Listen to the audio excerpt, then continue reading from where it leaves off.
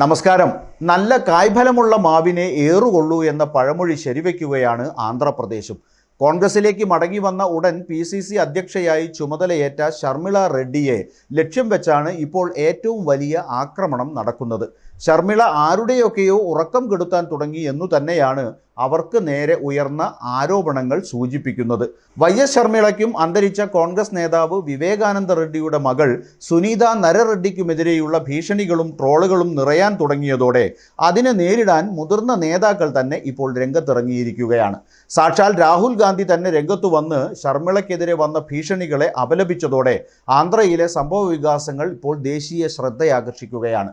ശർമിളയ്ക്കെതിരെ നടക്കുന്നത് അപമാനകരമായ പ്രവൃത്തിയാണെന്ന് വിശേഷിപ്പിച്ച രാഹുൽ പാർട്ടി ഒന്നടങ്കം വനിതാ നേതാവിനൊപ്പമുണ്ടെന്ന സൂചനയാണ് നൽകിയത്. സ്ത്രീകളെ അപമാനിക്കുന്നതും ഭീഷണിപ്പെടുത്തുന്നതും നികൃഷ്ടവും ഭീരുത്വം നിറഞ്ഞതുമായ പ്രവൃത്തിയാണെന്ന് പറഞ്ഞ രാഹുൽ ഗാന്ധി ഭീരുക്കളുടെ ഏറ്റവും നീചമായ ആയുധമാണ് നിർഭാഗ്യവശാൽ അവർ ഉപയോഗിക്കുന്നതെന്നും കൂട്ടിച്ചേർത്തു.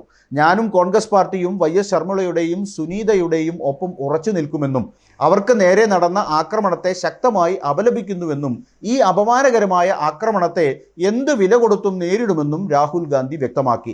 ശർമിളയുടെ നേതൃത്വത്തിൽ ഓരോ ദിവസം കഴിയുന്തോറും കോൺഗ്രസിന് ലഭിച്ചുകൊണ്ടിരിക്കുന്ന വൻ പിന്തുണയിൽ ആന്ധ്രാപ്രദേശിലെ ചില ഘടകങ്ങൾ അസ്വസ്ഥരാണെന്ന് വ്യക്തമാവുകയാണെന്ന് അഖിലേന്ത്യാ Congress committee general secretary KC Venugopal തുറന്നടിച്ചു.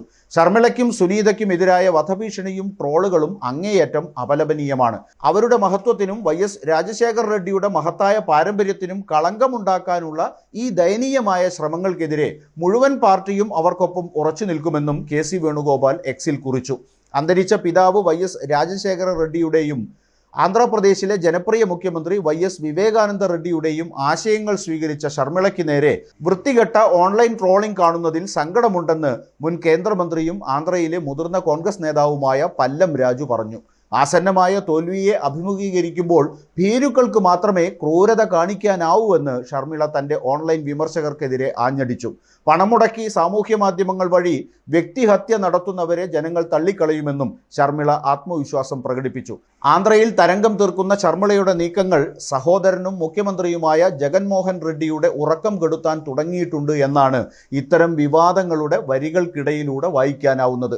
തെരഞ്ഞെടുപ്പ് അടുക്കുമ്പോൾ സഹോദര വൈരം ഒന്നുകൂടി മൂർച്ഛിക്കാനാണ് സാധ്യത എന്ന് ചുരുക്കം.